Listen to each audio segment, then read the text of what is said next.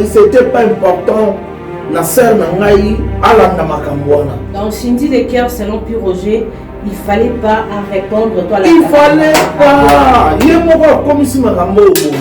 Donc, il y a mon comme tout, à comme ici, ma rambo la valeur. Il y a mon petit maniqué, va valeur, après, c'est ma pété, na métro, manika commis, au lieu de manika commis, tu as un journal télévisé, par le bélion. Si, na ba magazine, no, ba lingala, ba nina, tala kilo, ba le bélion. Bah français va le bâtir, c'est sans piquer. Ah bon?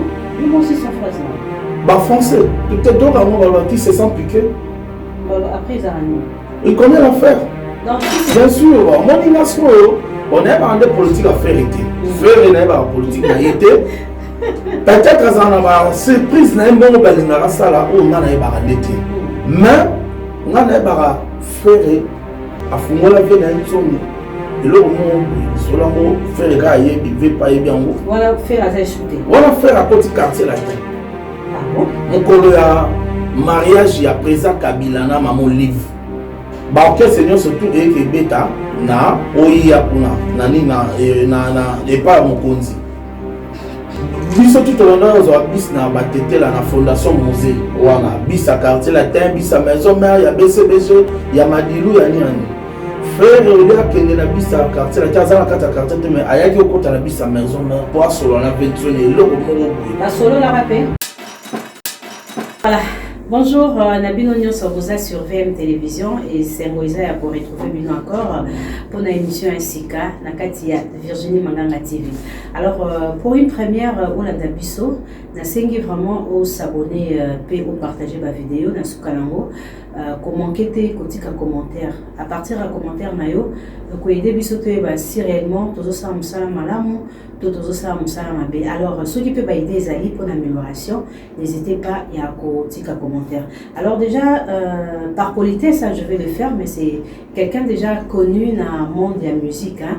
Il y a un communicateur, il y a un groupe Wenge Musique à Maison Mère et il y a le roi de la forêt Ngia Mamakanda Weranson.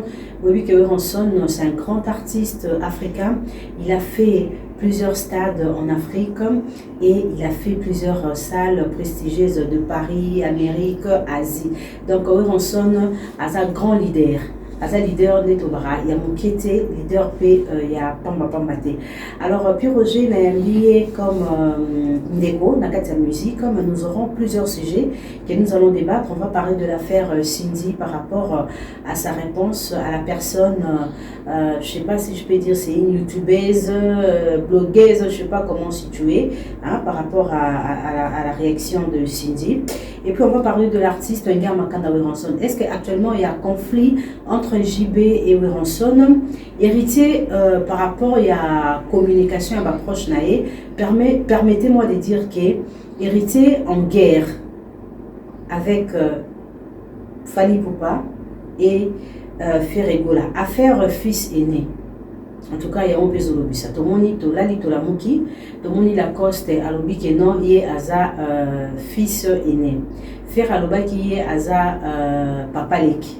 Héritier Watanabe Alobi Aza Mwana Souka. Mais affaire Mwana Souka, et ben qui vraiment mingi na projet à Wenge 4x4 tout à vous savez, avec les concerts de Messia Manu Djabi, il y a eu plusieurs polémiques. Aza Mwana Souka, il y a eu des choses, mais des camarades selon certaines personnes, ils agissent bien.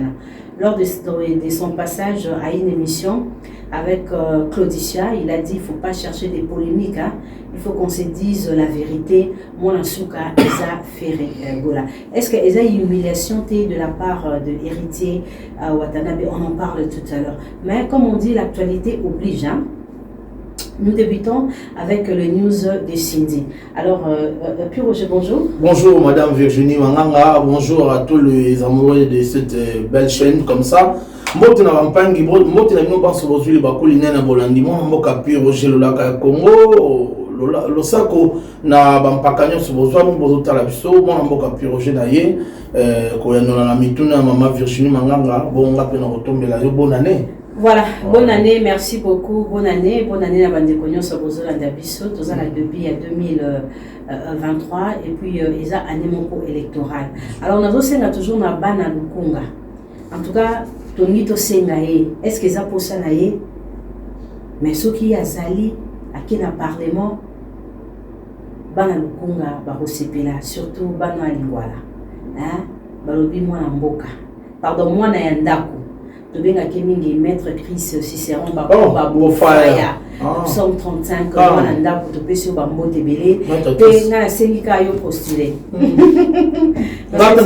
nasengi yo nayebi ke eza posa na yo te mais biso toyebi ke oza penepene na biso proche de nous Somme 35 olobela biso kuna na parlement toyebi ke soki okie kuna lukunga oye totelema vraiment très bien alors puis Roger ouais maman actualité vraiment eza mingi dominée par rapport il y a réaction il y a Cindy Leker après comment on a dit comment si auto ebi tout le monde a internet aleki koakize Cindy na makambo ebele et Cindy Leker akani motema te en tout cas pour la personnalité nae à lobby et divergence surtout des sons des cloches ezali pour la batebele en disant que ce n'était pas important que Cindy puisse réagir de la sorte et Kitty et Batumsu Abino, c'était sa façon aussi à sauver Oezali Bomoto, personnalité naïe, fierté naïe, côté ego naïe qui touché. Alors, Bino la Wignon musique à maison mère dans l'ensemble de juger en commun. Ben maman Virginie, merci pour la question. Ah Nazate le cola porte-parole à Werasson. Awa oyambinga lokola Pi Roger acteur culturel moto yo azara na monde de musique donc awa vraiment ils ont engagé maison mère awa nazolo betant que Pi Roger donc voilà par rapport à la question nous poser ngai omoni maramunyo surtout za Rolanda ti maramunyo surtout za Rolanda ti ma Virginie omoni na Pi Roger tel ne omona ngabe tant ba camarade banda tout molanga banda benga pipi comment on va pesa nga pipi comment tant on a bandaki ko landa yango na banda autant ba tout molanga bonga na Holanda ezoka en plaire ya munene ba tout ba bosanaki comment on a Pi Roger et comment on a pipi mais là on a nga mona permettre bozo bakati na nga alors na ko beta ngo kara mba mona boa kisi yango lelo elimo donc, comme on a normal, ils ont répondu sur la question. Par rapport à la question, c'était pas important. Nasser Nangaï, Alan Namakambouana. Donc, Cindy Leker, selon Pi Roger, il fallait pas à répondre. Toi, il fallait pas. Yemoko a commis si Makambo Boye. Yemoko a commis si Makambo Boye. Fallait qu'à Betango Karaponga. Nga Pi Roger, la tirade à voix sur un peu, il y a Manikete. Ah bon? Nga Yoka Nangamote. Oh, yezolo bama ya Chris Njora naye otikalo yoka. Ndana tiwa bate na ba parti tant sert wana Cindy a lobby ndena donc manika lobaka ni mona lukango tona luki a lobaka mais ce qui sert wana Cindy a lobaki tena nga pana balanga moti.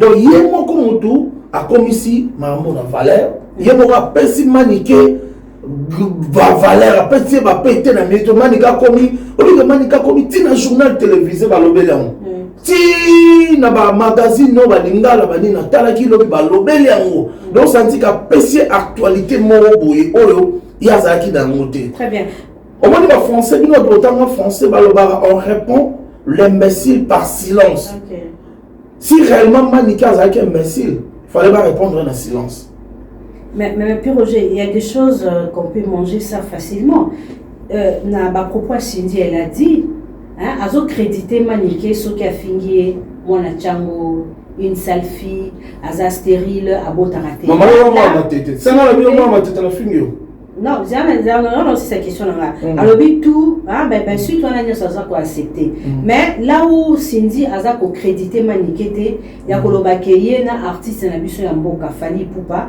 ba passa na ba rapport sexuel vraiment c'est sa fierté c'est sa dignité. Donc, Bongeka Cindy a dit qu'à la bouche bée. Bah, français, bah, qui se sent piqué. Ah bon? Je moi aussi sa phrase là. Bah, français, tout est tout à moi, qui se sent piqué. Bah, après, ils ont il connaît l'affaire. Donc, qui se sent piqué connaît l'affaire. Ben oui, bah, français, bah, bon. Puis, Roger, si je comprends bien, Cindy s'est senti piqué parce qu'il connaît cette affaire. Moi, je n'ai lobby bon côté, mais dans un ardage français. Oh, bah, le bas. Que qui se sent piqué, il connaît l'affaire. Ceux qui s'aiment, à yébine maramouana te barolo donc azan attend que tu as le bangote à envoyer moté maman yobi yo bi ba taxo ba taxa yo yo ser nanga le loter et so anga pele mon afani côté ba Virginia na kisi nganga munene na ba mot Virginia na ndumba abobotana boye asala na boye akena na boye akena yo ba ngoma ngatanke na yebi yo bomote le mo mo ne swenga mais le quoi na yebe sa vérité te eleki na ngoka awo pona bike balo baka mombaya sanga na mongala biso bangala tolo baka mombaya sa mombaya sa eza nini mombaya sa eza ko bambela mutu likambo ayebite so oyini mutu so do swana na mutu okuluka ko bambela ba mambo ya yebite pour que o pese kanda mais soki mutu ana yebike za ngo ya solo te abeto kara. Alors pour yo personnellement le quoi Cindy a dit que le raison la montée fallait garder calme. Il fallait garder calme. Justification na eza ko cacher le comment pour c'est longtemps. Justification na à la musi biso. À la musi bino. À la musi batunyo surtout na minito yo donc et comme actualité batunyo surtout ce que yo ba comme ko chango ka. Interpelle na ko mona ba vidéo na moni ba vidéo ka le comme ko bima ba photo ka le comme ko bima. Oui, là pour une petite histoire. Sœur Nabiso Cindy, elle était choriste na studio Ndiaye. Avec JP Kiss. Avec JP Kiss. Elle était choriste. Bisolet Tozoyo, ça va alerte générale, album Ming, tout ça dans studio Ndiaye. Elle était là. Pour preuve, Sœur Nabiso Cindy, voix n'a pas à Bablo à maison mère. Effectivement, permettez-moi, chers amis, pour confirmer ce que Pure Roger vient de dire, même Ngamoko, lors d'une émission avec Weranson, on a pointe noire, à l'oba, Azan a banzembo, on a le bimate, baïmba na Cindy. Oui. Azan, non. Bakora le mingbo, on a banzembo, ba si baga, bazo ganga, nezara, batu, babano, sans les ça n'a pas Cindy, na mais je compte. Mais Pure Roger, na lobelo comment ko boye. Au lobby nao marambo lobby ana eza bien que Cindy Lecker elle était collaboratrice na studio avec JP Kiss, c'est quand même une femme à respecter parce que elle a contribué beaucoup, elle a travaillé pour la musique congolaise. Au sein de la révélation moko très forte en disant que Cindy ayemba na banzembo ebele azo mérité respect la biso kozala na ina ba artiste wana avant intérêt quartier latin. Elle n'était pas à la portée de tous les artistes. C'était une collaboration professionnelle. Oui. Kolobate que Cindy Azaki wana le quoi zo emba na studio batunir so bazokaye. Non, moi je n'ai pas dit ça. Moi je dis que la sœur Nabiso Cindy a zappé dans les passés naïe avant d'engager le groupe Yazali. Azaki d'abord choriste dans studio Ndiaye. Donc ayeba na ba artiste belé. A collaborer quel que soit chrétien, quel que soit profane de bolobaka, a collaborer na ba artiste belé.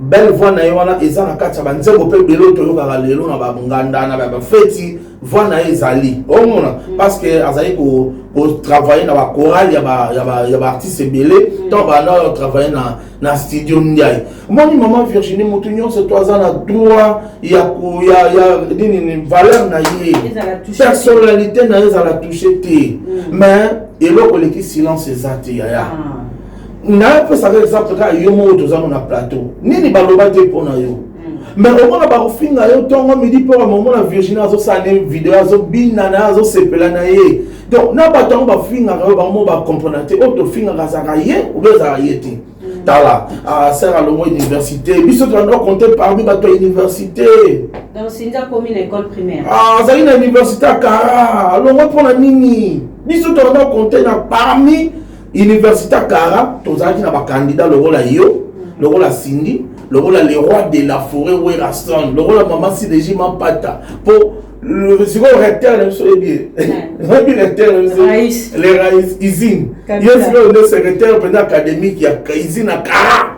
On comprend. Donc il fallait tout maintenir Kakango. Donc, Bafinga, Bakalominier, Baloba, Balemba, on est là. Kara toujours, Kara est un arme fatal.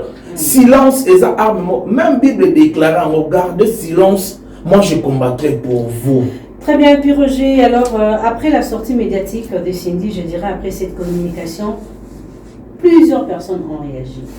Bamsou Balobi, j'ai à Kofi Olomide. Bamsou Balobi parce qu'on a cité les noms de Fali. Oui, il faut que soit Cindy Makasi, qui est stérile. Pour yo ba propos ya ndeko ya moi si monsieur wana na Cindy Lecker Cindy n'a pas réagi na point est-ce qu'il a mal fait alors que non o est touché et ça aux rapport sexuel na Fally alina réagir à tant eloko moko te tant que ça nango lokuta soki eza réellement eza lokuta fallait garder silence on comprend alors maman Kabila bafinga 18 ans ti lelo soki 21 soki 24 20 combien bafinga kaka o ndenge za na maman li fata moi sina été abotola maman li fait pas soki major mo boy moi na na bakota liboso za mwana na été azara mwana na nywana lenga soki na nywana o aza rwandais comme na eboye o boye tout wana nyonso balobaka mpona ye sanguinaire abebisima ya tie poison basali nyonso to wana ondire ezaka ye te. Donc Cindy devait se référer à toutes les femmes insultées dans les réseaux sociaux pour Bandalangaï, maman Olive, maman Olive, maman Lisa Chature. Donc il y a beaucoup de femmes insultées dans les réseaux sociaux au bazar toujours bouche fermée. Silence, yaya, silence, c'est un armement fatal. Okay. Il ne faut pas couper ça à moutonner cette opportunité. Il ne faut pas, il fallait garder honneur na dignité au biso to yeba yewana il y a honorable honorable. Il fallait garder vraiment gars qui passe trop pourquoi lobby pourquoi elle a parlé même si on a besoin d'un gros buzz pour faire autre chose album en légende qui ne marche pas selon certaines personnes et puis Kofi qui cherche toujours à avoir des problèmes avec l'artiste Fally, c'est une très belle occasion pour Bazal encore en guerre. Mais moi guerre on équipé ngati mais non on ma cambo personnalité mon tour on comprend non ma cambo ya honneur ya mon fierté ya mon tour t'as le scato commis le moni garçon moko boyer à ça rappelle la fin de l'histoire l'hôtel comme on fait l'histoire mon fléri garçon à tenir le sanitaire au fin dans autres no basi à zo bango peut ouvertement boyer ceux qui viennent à biso rambo aux apprendre ambassadeur ndenge to yebile na ba respect to pesa na yo vieux soko za na petio na pembe na yo c'est que vieux yo mtotinda ki parce que nzoto ya ba maman ezali eloko moko sengeli yeto to saka yango parce que biso tout obima na ba maman ba toucher Cindy te non mais o garçon na ko yeto ko finga ben sanité bongo ba bêtise wana o ya bimisi na monoko na maman quand même toza na bano ba simba ba téléphone on peut la mo ba tala ba makambo. Nos enfants ont droit à l'éducation. Yaya, bana biso bana droit à l'éducation, c'est que bana biso ba simba téléphone, là biso ça le j'ai à continuer na YouTube ba écouter na garçon mo boy avant d'ana papa Kofi, garçon na fini ben sanitaire bongo. Après là tu n'as papa qu'est-ce que c'est mais puis Roger soyons réalistes comme si Bablo tout est comme une défaveur il y a quartier la terre Kofi Cindy na makambo zoroba c'est dans la faveur na bonté ben ngana lo bana défaveur c'est parce que ba répondre dans makambo na ba to appeler si moto ngana so vérité ngana ebe na ngate makambo ba voice ya manike na yeba kana ngate na kisinzo Christine na yeba kite OK et yeba na ina ngote à partir ya réaction ya Cindy chanteuse abiso to linga mingi réaction n'indem la musi lelo makambo on comprend à partir de la réaction n'indem et la musi lelo batutu to cheka et batutu na mon pe la mère na biso ku na poto ku na zobi na zo de ça va passer bani. Non, il ne faut pas chercher à intégrer l'épouse légitime de l'artiste. Parce qu'elle est pour rien. Même si ça va vidéo à Kalandé Bazui, mère. À partir de ma caméra, surtout, la vidéo comme bima na mon peu vidéo à Serna Cindy na artiste Fally mais c'était une collaboration musicale. C'est normal. À partir de l'actualité, on a dit que les loyaux et la moussi. Est-ce que la vidéo est pour confirmer que ma caméra niqué à Tayomoko? Non, moi je ne dis pas ça. Mais à partir de la Serna honorable l'air à lobby. Et mon code vidéo, photo. Ok, c'était pas le moment. Biso tozo la basa la promotion et album na bango tozo la makamusu suma. Alors na ba dire ya Cindy a lobby boy. À s'adresser na moi Siwana après ya lobby na batu bazo na bazo tinda yo. Est-ce que est-ce que c'est une histoire où yo bazo na ba rendre Kofi ba compte bazo passer par Cindy? Ben ce qui motu azoba déjà que na moto azotinda yo c'est qu'il y a un problème na moto moko. OK. Comment so azali na problème na moto te a s'attendre te que maloba na manika zoloba moto atinda. Donc tant que lobi bongo c'est que y moko au fond de lui a yebi kaza na problème na moto moko boyi. Soki mbandate soit adversaire musical. Na tiré quelque chose tout à l'heure Mbanda. Est-ce que tu penses que ce Cindy Azana Mbanda on est capable de passer par notre sœur pour Amika Koïsa Cindy? Ah moi aussi, Cindy Azana moi aussi. Ne Azana moi aussi. Mbanda wana. Par respect au boy Mbanda na bon biso to mona. Officiellement to éviter que ceux qui Cindy Azana Mbanda. C'est comme Mbanda to mona wana. Au biso so to yebi. Est-ce que Mbanda Cindy au bazolo dans les réseaux sociaux a coquille pour passer par sur Nabiso il y a youtubeuse pour salir Cindy deux a babinemi à Kofi des bazol linga ko bonisa Kofi mais par Cindy. Ne blaguez pas avec la jalousie. Okay. On ne blague pas avec la jalousie. Jalousie est à la grandeur à mon touté. Okay. Jalousie est à la péter à mon touté. Jalousie est à jalousie. On comprend. Jalousie est à jalousie. Et le coup à mon thème parce qu'on a monté. Naïm sûr que c'est un absolu honorable à moi aussi. Azan appelé un pas à peine à copain naïe ou bien à peine à bolingo naïe. Alors peut-être les passer à bolingo no copain no bazan yana azan qui peut la montrer moi à Kala. Yo non va menacer au téléphone. Voilà, ex ya mujono bozana a menacé yo. A bandi pe menacer pe bo ba tindelo ba tout monde ba benga yo ba appel anonyme. Non ça l'autre. Ça arrive hein. Donc ça ne honorable à cause OK, merci à Lobby à Rosala Ombre naïe. En tout cas Cindy s'est décidé de poursuivre notre sœur youtubeur Vinae Mobimba. C'est ce qu'elle a dit. Est-ce que tout ça c'est important? Ben moi je ne peux pas couper sa concerne à ma parce que déjà ces amants ils sont pas nés. Pour le roi Moutouya d'abord il fallait garder silence. Apporter plainte officiellement. Ah, il fallait apporter plainte officiellement parce que ça un avocat. Justice c'est ça pour la Moutouya, justice c'est ça pour la Moutouya se sentir lésé. Justice c'est ça pour la Moutouya se sentir menacé. Personnalité n'a pas menacé, valeur n'a pas menacé. À la justice. Alors, mais il y a monté à se faire justice. Très bien. Alors, affaire Ango, en tout cas, tout le monde a un part, pour les musiciens, on va travailler à Kofi, famille à Kofi, quand je dis famille à Kofi, il faut comprendre, travailleur à Kofi, au-dessus de lui, Cindy, lui-même la personne de Kofi Remini. Par contre, Kofi a un album sur le marché, moi je dirais, où est important, ils ont tout consommé album légende, tout respecter Cindy Leker par rapport à un parcours musical. Jusque-là, cette femme n'a jamais parlé de sa parcours musical. Non, ma chérie. Très riche. Les respects, on va respecter. Avec plusieurs artistes. Les respects, on va respecter. Respect des Akayomoko d'abord. Banda qu'on se respecter. C'est une erreur fatale au Cindy Sali de réagir par rapport, moi je dirais, au ragot. Parce qu'il n'y a pas de preuve tangible. Oui. Donc, ma preuve est que ils ont prouvé que Cindy Leker, il m'aura répété. A sala yango pe mutongo pe a salaka yango te donc comme on a Cindy et ça comme on a famille c'est qu'on dit voilà comme on est c'est qu'on dit je sais que Maniké n'a pas touché dans la personnalité de Candy mais non on n'est pas idiot arrête tu sais bato bana kati ya YouTube des fois bana ko berner biso baby que so na tangi non ça sera plus profond et lelo na monde ya basta aux on a besoin. Il y a autant à combat à mon touté. Est-ce que si on s'adresse à eux ensemble? Est-ce que les lots c'est moi sakati ceux qui va venir à Ghana? Cindy. Non. Mais c'est Manika Zaïgo Cindy dans ma famille. Roger, tu es contre hein? Non, je ne suis pas contre. C'est pas juste. Moi j'aime beaucoup cette star. Sa belle voix et belle sagamai.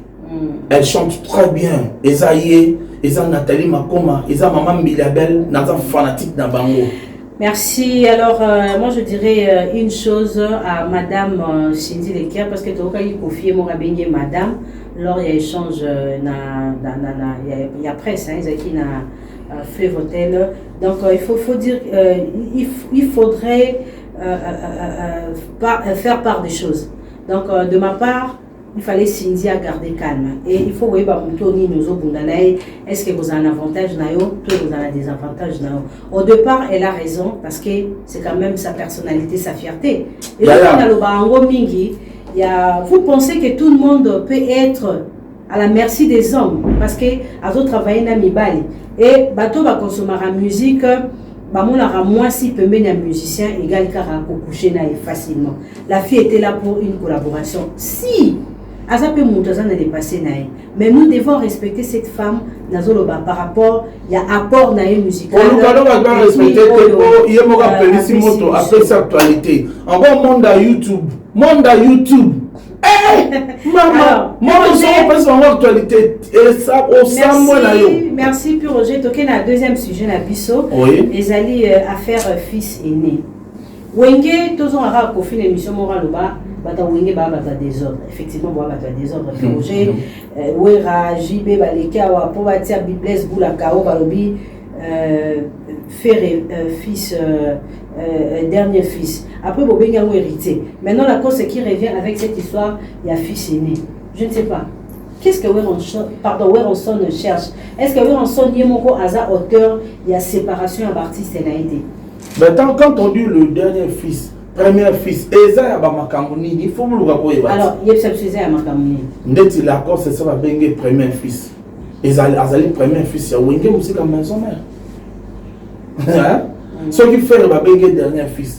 Azali dernier fils, il y a Wenge musique à 4x4 tout terrain. Fils aîné, il y a maison mère. Dernier fils, il y a Wenge 4x4. Héritier, c'est la première fils Wenge, du clan Wenge. Premier fils, pourquoi? Parce que la première fils, il y a Betty, stade de martyr. Depuis Wenge, Wenge, Bimisi Bana, moi, dans les Bosso, il y a Wenge. On a Betty stade de martyr à relever des filles les héritiers. Pas de bateau c'est capé héritier à relever on a piaka.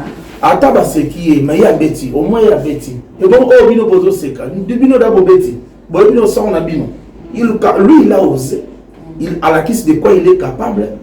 Na âge naïe, na âge à carrière naïe, 7 ans seulement la carrière solo avec 2 albums. À salir publicité à 3 mois, au bas à salir à 6 ans. L'argument présenté ça montre qu'il est encore bébé. Parce que pour faire le stade de martyr, il faut appeler un muscle. Un artiste qui a 7 ans de carrière avec 2 albums, comment on tourne sa stade de martyr? Là, si le stade est là. Est-ce que Héritier tourne ce stade? Héritier tourne ce stade? Non, Bino Monaki, image avant midi. L'air batouazo dans l'église parce que c'était les jours à Noël batouazo qui n'est pas fait quand tambu sabana na bango ndenge zalaka les tabazon sabana comme ça va un stade même taillaka na image à 18h 19h au comprendre les gars dans stade. Voilà, merci. Stade de martyr ici l'équipe. Tout ça, le stade de martyr il y a Ferregola.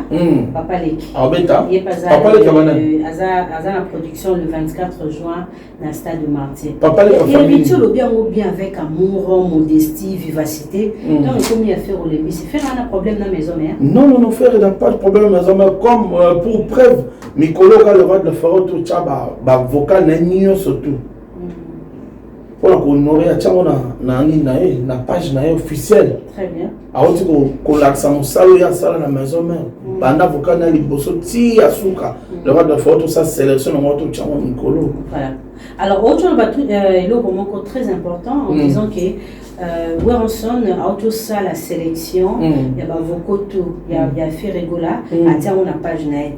De sa part, les autres il n'y a aucun problème. Mais comment les sorties médiatiques, il y a Bill Clinton. Wazaki n'a qu'à un projet dynastie Roger, ma réaction hein? Comment Bill Momo jugeait Kiango? Est-ce qu'il était crédible de tenir des propos pour la bataille Bill Azoluke la ferré? Problème toi autres ferré na Weronson na division Mokobo.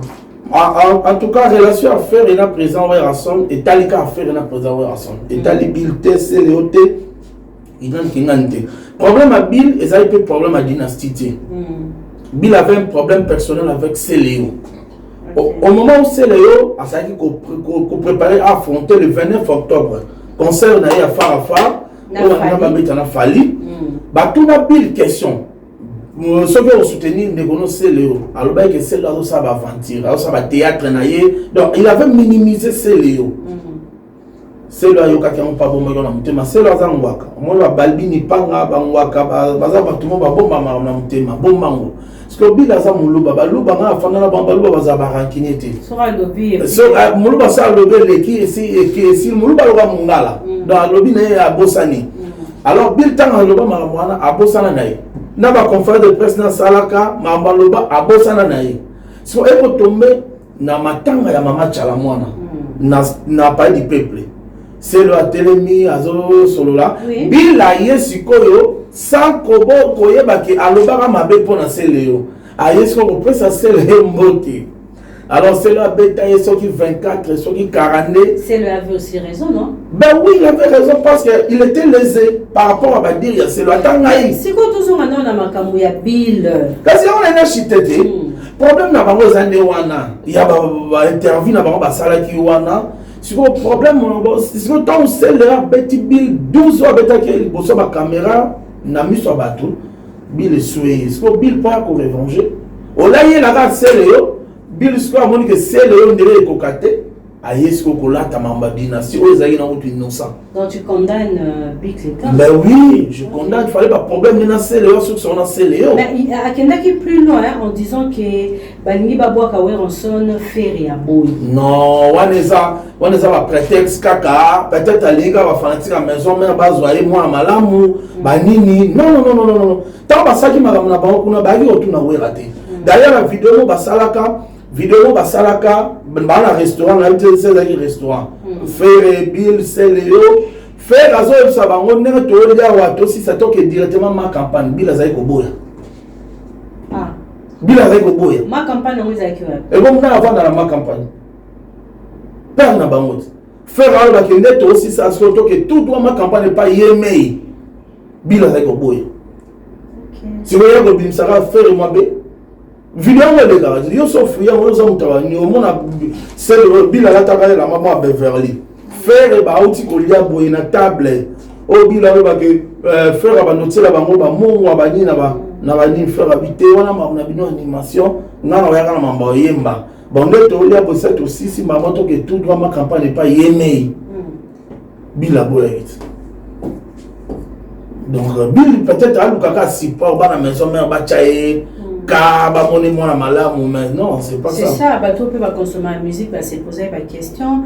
Tout le monde où est faire ensemble été, mais je dirais où on sonne est toujours présent parce qu'il y a un ou belé peut faire à ça depuis son départ dans Wenge à dédicacer toujours où on sonne. Bien sûr, mon ingation, on a pas de politique à faire été. Faire n'est pas politique à été. Peut-être que ça n'a surprise n'a pas de ça là où on a été. Mais on a fait à fond la vie d'un sonné. Et là, il se l'a fait les gars, il veut pas y bien. Voilà, faire à s'échouter. Voilà, faire à côté quartier là. Ah bon? Mon collègue a mariage, il y a présent Kabilana, maman livre. Bah, ok, Seigneur, surtout, et que bêta, na, oya kuna, nani, na, et pas mon konzi. Biso tout au long de bis na batete la fondation musée wana bis à quartier latin bis à maison mère ya BCBG ya Madilou ya nani frère Olia kende na bis à quartier latin za na quartier mais ayaki okota na bis à maison mère pour solo na 21 et loko mongo boy la solo la rapé bien ba solo la ka vanda pe pembe na ti to kenda kuna kenda na bis à maison mère vanda pembe na présent ou ensemble a souffert des camo très important dans l'itoy par rapport il y a intégration à danseuse mon autant quartier la terre à maison mais wow ba révélation au salama est-ce que ça va ils ont un mystère té wera faire rigola déjà réellement wera son dans un problème na faire ma sala ke ba mambo sala rati ce qui peut faire ça un problème au personnel na présent relation mais là soit tant arrêter na ba disque na OK donc faire on dirait ça rendre na projet mon peut-être un gangi samokili ne lo mo balukaka prépare ça en plus surtout à la passion c'était là bas discours il y a bateau ba raté que faire alingaka we raté. Bon, en tout cas, ngam ko monter dans mon affaire avec na TV le bel nga we raté. Na TV pour mon we raté. Il a même regretté. Il y a pour tenir ma propos mususu à l'égard de ces vieilles à Wenge. Ouais. Asa mutu. Moni muna ko pe beta libaku donc so ka reconnaître que le moment le bac est bien été en regrettant il faut t'avouer ta moitié par voilà, très bien. Actuellement, oui, on sent azana moi divergence na Jibé Piana. Non. Pourquoi? Et puis projet à Wenge où il y a Madou, on a 4 chansons, 2 autres organisées. Non. On les dépend de la Yemoko Amadou Djabi le producteur. Bah vient déjà va préparer banze mon abandon déjà. Bah on va s'après. Et dépend de quand le programme il y a producteur. Et dépend de ton numéro. Alors bakio non président Jibé Moutakale non. On les allons ba langage à balabala. Donc on a un programme il y a producteur. OK. Voilà, producteur de ce cas il y a le but prêt donc parce que président a déjà Nzembuna Isa Mobimba, président JBP déjà Nzembuna Calé, fondé d'idée Marcel Penzemuna Kitoko, on a après Salem Akaba, déjà m'amenons sur bien. Alors puis Roger Tomoni JB Piana l'équipe na TV à lobby Batoazo Lukaka ba polémique. Na likambo ya dernier fils ya mwana suka muto a mwana suka na bango eza fait rigola et bati na réflexion plus loin en disant que mutaluka ki désordre wana eza we ranson et JB akati hémorragie wana et bon temps na vrai désordre dans les poser JB bazala affaire wana banda la hôtel Béatrice lorsque Wenge va préparer stade de Marty bavanda bo héritier ko tala bango watana be aye ko tala ba père na ye nde président Jibé Mutalo ba pena ke héritier watana be o bena mi asa bena mature mi c'est mon mature dernier fils don aye et pas ba père na ye o comprendre donc Jibé mon kapanda en coulisses et na la police des ala ba caméra bazala o tala ngote na YouTube tenga yo kaka oyo we kalobaka na stade de Marty. Président Jibé Moutabandara loba héritier ça mature il y a un dernier fils au tala ba père na yi ndé bango mi ba pour confirmer sur le stade de Marty héritier a dernier fils mais le même Jibé a lobby que non la polémique té vérité ça fait régner mon suka mais il a raison aujourd'hui héritier n'a plus le niveau il y a un dernier fils héritier Mati héritier Kéli Kolo héritier le Lozali, premier fils du clan Wenge qui a osé, qui a joué le stade de Marty. Héritier au commissaire, tout le monde a eu maison mère absent dans le stade de Marty. Oh, maison mère et Salomon a été, maison mère a doté même le communicateur pour héritier. Maison mère a travaillé sous coulisses, Kakol Moutage à Sala, balance à conseil héritier. Il n'a pas de moi, l'héritier ça va porte pourrie. Il y a un avocat l'union surtout à maison mère qui avait joué. C'était Bikori no Makaba. Ouais, raté pourquoi? Ouais, a raté pour Mboule Betama. Non, pour réjouir comme un luxe, non. Ouais, Ranson a d'abord monté à force en nature. Mboule Beta qui m'a cassé, celui qui héritier, il a été combattu spirituellement, il a été combattu à un niveau impossible. Voilà, on revient sur la question, il y a Mona Souka, il y a Makambo héritier. Babi actuellement héritier, il faut se sentir ridicule. Pourquoi? Par rapport à la réponse, il y a JB. Non, président JB n'a pas tort. Président JB a constaté qu'aujourd'hui, héritier n'a plus le niveau de la dernière fils. Héritier aujourd'hui, il doit être considéré comme premier fils du clan Wenge. Premier fils, je dis bien, du clan Wenge, qui a joué le stade de Marty, qui a relevé ce défi. Alors, très bien. Alors, même héritier, moi je félicite héritier Watanabe parce qu'il y a un jargon, il y a un concert. Le son était impeccable, les podiums par rapport à. Il y a un concert et Betama qui a envoyé, donc il faut donner 8 à héritier Watanabe, c'était dit waouh. Mais même héritier Wana, les Aza en guerre na Ferregola. Même héritier, on a actuellement en guerre na Fally Ipupa. Qu'est-ce qui se passe? Est-ce qu'héritier a besoin, ou quand je dis héritier, pas la personne d'héritier, mais c'est musicien, c'est communicateur. Bon, on va présenter un leader na bango. Soit tu as propos, tu as discours ou lecture dans la TV, tu sens que il y a un petit souci entre il n'y a pas de souci, mais il y a un problème. Mais quoi? C'est quoi les problèmes? Lorsque Héritier Watanabe a préparé Stade des Martyrs, Héritier Watanabe, il était ouvert à tout le monde.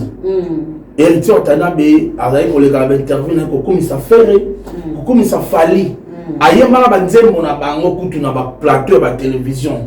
A comme ça bango, azaki vraiment na bango bien. Mais au moment où il y a des communicateurs, il y a des frères et des Fally, baza ko traiter héritier mabé. Au moment où il y a marque ozo, maramane télévision chacun va porter ses propres charges, mais il est le communicateur de Ferré. Aucune réaction de la part de Ferré. Autant à côté qu'on a peu côté Fally, tu n'as pas qu'on a bazo au boy héritier. Malgré zoyen babanze mon bango malgré zo kumisa bango, mais bango bazo contredire rien. Alors, beaucoup c'est un héritier qui n'a besoin de quelque chose. Non. Héritier qui soit un frère naïe. Alors, nous avons un grand frère, un frère naïe par rapport à Moussala ou à la musique. Au moins, il y a une idée là-bas, qui va changer. Non. Héritier va bon. Jusqu'à ce que héritier de marketing, bani naïe, banderole naïe, bazo kata yango. Oui,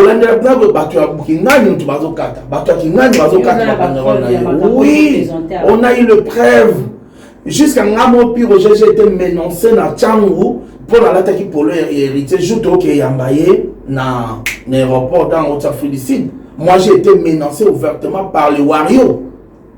Pourquoi on a la type pour l'offre? Donc, Warrior, Baza Bato, combattant qui production, il y a héritier. Mais par contre, discours, il y a héritier à la personne de Fally. Et ça qui bien, on a juste que héritier parlait ou respectait plus Fally que Ferré. Non, même Ferré, héritier respectait tout le monde. Non. Héritier chantait même les chansons de Ferré à la télé, on a tout fait. Mais comment l'équipe musicien mon côté a fait rien les canaux TV a manqué respect à l'héritier. Marc Aouz avait dit chacun propriétaire ses propres charges. Mais ça charge n'a été lorsque comme sa patron il est en bon terme avec votre patron. Tout une question naïe. En tout cas, bonne chance, c'est la musique.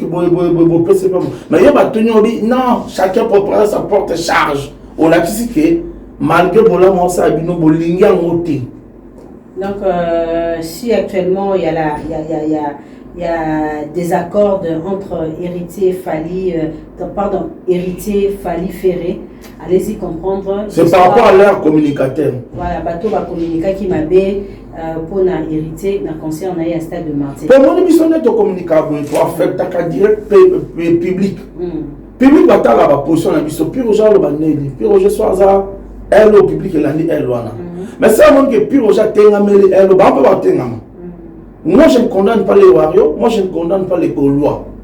Bango balanda ba communicateur. Puis Roger Boza la sincère. On va poser la sincère parce que tu fais partie de personnes on va soutenir qui hérité. Bino Bolinga qui c'est des artistes va lancer message moi ya soutien. Peut-être la salle qui a monté. Non, pas seulement ça. Mais biso tolinga qui mera ezala. Pour la bonne marche à musique na biso qui met à moni le logo sans faire pas au bétat il a droit aussi il y a soutien à biso il a un droit parce qu'il est du clan Wingé il est de nos sangs maintenant na biso Wingé donc le logo ne faire au béta à d'autres personnes c'est un le mabé comment te ça mabé il faut na le mama là mon peut peut balanda nzela balanda pas besoin de leader d'opinion mais moi je te le balanda.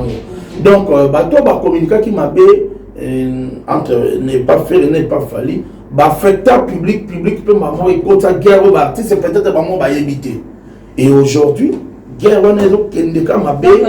Héritier azalaki na besoin ya bagaulois bawarrior bakinion surtout ouais, héritier n'avait pas besoin ya polémique yango tomoni etonda mpenza te non etonda yoeli 18 ans te wana ozali na Côte d'Ivoire te nabundaki te totiaki ordre totiaki ordre respect à la femme et puis qu'on ramener bato à la raison. Bato babunda na copine bato pe balobala non il faut respecter les personnes qui travaillent pour le pays. Très bien. Alors, chers amis, on va boucler la boucle. Il est temps de poser la question à Pierre Roger par rapport au rendez-vous de Ferregola, le 24 au stade de Martyr. Tout à l'heure, on communiquait très bien en disant que Ferregola a besoin de vous aussi par rapport à cette production. Ils ont bien été communiqué. Alors, chance ni aux OPS à Ferregola. Ben chance n'a pas c'est là que après prendre au sérieux, à son au sérieux, stade de Martyr c'est pas une mince affaire. Bamsou bazwela ngo ba 5 à 7 ans, oui bien que artiste Samso Fali à la Kabisango kala 4 fois qui n'a pas dans le stade. Aïe mo ba monique non ce n'est pas encore le moment à zongi. À la qui subit solaire autour de Bercy, n'a pas dans stade. Aïe mo ba monique ce n'est pas le moment à zongi. Ti tant comme on a que c'est le moment à Betty donc là on a au sein à faire. Et na orchestre na une organisation na mon baba zo sérieux. Stade de Martyr ba beta monter pour un défi. Ouais, babeta te pour un défi, pour na baluka ba prouver moto. Non. Babeta mo pour la bonne marche de la musique congolaise, ba préparer en très bien na mona sœur na Laura Tendance Pichou. Na mona bena aza au frère moulin. Communicatrice. Na mona pe ni Marlon Kasanga.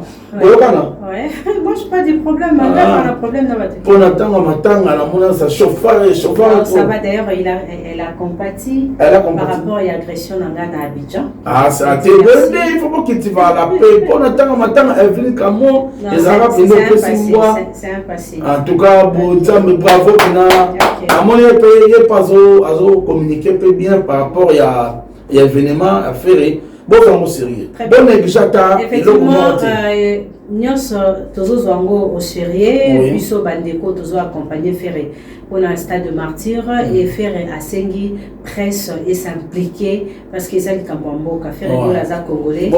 La mission où il y a ça la fierté à tout ça Moussa Kitoko.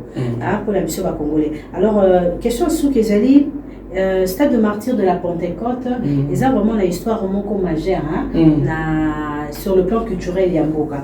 Nous avons vécu nous avons vu plusieurs artistes faire le stade de Martyr. Il y a King Kesser et Melea, Papa Wemba, Bébé Chanda, Weronson, Jubin Piana, Kofi Olomide, Fali actuellement héritier. Alors puis Roger, Yosa Monakin. Grand Kinois. Collègue maître Chris Cicéron Bakumba Boufaya. Danger. Collègue honorable Séraphin Bongo. Bongo espoir à la matete. Vraiment maître Chris Cicéron Bakumba Boufaya. Psaume 35. Moi Namboka. Azani la pembe na biswa. Aosa Bolamu. Alors, puis Roger. Top. Pour Nayo. Ezara Weranson. Weranson. Numéro 1. Numéro 2 c'est Jubin Piana. 2 JB. Troisième. En tout cas, le coton à B. Troisième, c'est Fali. Ah, troisième, c'est Fali. Ok, très bien. Puis Roger a vu le coton à B. C'est le coton à B. Quatrième, on peut dire Kofi Olomide. Donc, Fali a fait le plan que Kofi, c'est non toi? Oui. Mais soyons sincères quand même.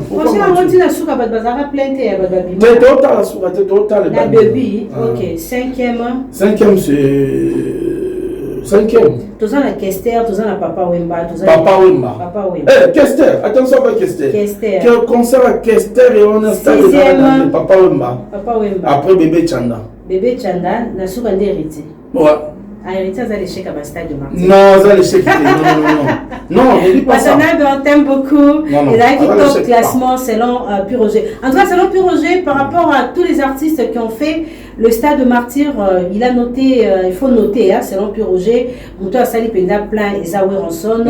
Deuxième, Eza Jubin Piana. Troisième, Eza Fali. Selon Pierre Roger. Quatrième, Eza Kofi Olomide. Cinquième, Eza Kester. Sixième, Eza Bébé Chanda. Septième, Eza Papa Wemba. Huitième, Eza héritier. Alors, selon Pierre Roger, Toroyamba fait quoi selon Pierre Roger? Toroyamba fait Pierre Roger tant ou faire à Robeta. Total, ceux qui a robot la ta place et à Jibena Wera. Ah, les lots, tu vois, il faut éroser Ah, voilà. Merci, je vous aime beaucoup. L'album Bas de match. Voilà. Papa chéri, je vais piano. Zebouka. Hein, Zebouka. Ah. Na bas de match sur le marché. Oliva Papa l'artiste. Tu vas comme ça la semblant. Attends. Voilà. Ils ont bien. Ah, ils ont bien. Ah, ça la promotion. Ah, ça la promotion. D'ailleurs, ça la promotion, pardon. Promotion, oui. International. Sur le plan international, oui, mais. Congo, on te confirme encore. Ah, ouais. Ok. On peut dire que chef Seguin. Ah, ouais. Bravo à Papa Chéri. Vous avez fait un travail de bon goût. Hein? Il y a des très belles chansons. Ah, Virginie. Encore, ils sont qui a fait encore. Oyebite so azana nzala topi azana kanda atigela kibino 2022 mais 2023 oyo wela son le roi d'Afrique zoya la biso morote album ni morote ezoya album wa 10 titres ezana ba rumba ezana ba rythme nyon surtout ezana ba world ezana blague tenga mona zali na studio na yoki le roi d'Afrique zoya makasi morote zoya ezana na année oyo. Donc, comme on va joindre mon autre bima. Bino tout on va plan en studio. L'air en bon bimi c'est la bino. Pour mon autre on a l'air réseau il y a le roi d'Afrique zoya black. T'as que ça studio en États-Unis. Na États-Unis. Avant les États-Unis na minute accueilli d'abord repos avant na nona bana après ce qu'on porte à studio à mon autre. Abana yo dans la kini siko accueilli na mokuna pour ingénieur ma belé et ya. Donc le roi de la forêt, Zoya, ma belle album Morote, vous allez comprendre la réalité. Quand le terrain Zoya, où est le roi de la forêt, car la minité pour soit Morote. Morote, on a un yembi batu. Yembi ba mettre Hugues Pouloussi et K, tout est possible. Yembi batu, ba ya Théo Zambota, mon tour là, dollar et la latte. Yembi batu, M22 business, fiston, Ituku. Bruno Lubi Kambonga propre, il y a Gauthier Mascotte, président Foule Luki sous la Chine, Baby Sugar, bébé formidable. Après, c'est Mbote, les États-Unis, il y a Nick Kini à Romox.